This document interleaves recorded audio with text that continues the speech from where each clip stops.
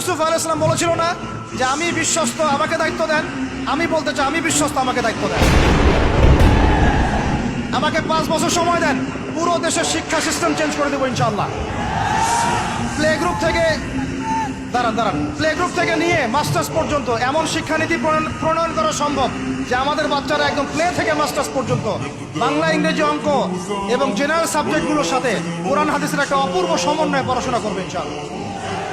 একা করে দিতে পারবো ইনশাআল্লাহ তাআলা।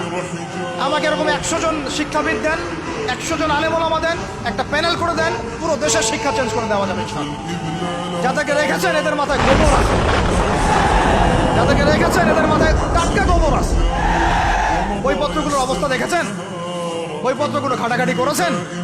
সমকামিতা প্রমোট করছে আমাদের দেশের মধ্যে, ট্রান্সজেন্ডার প্রমোট করছে আমাদের দেশের মধ্যে, আমাদের বাচ্চা কাচ্চা, কচি কাঁচা বাচ্চাদেরকে শারীরিক শিক্ষার নামে যৌন শিক্ষা দিচ্ছে। এগুলো আমাদের মুসলমানদের শিক্ষা? এটা চলতে থাকলে দেখবেন অচিরেই কোনো মানুষ বাচ্চাদেরকে স্কুলে পাঠাবে না।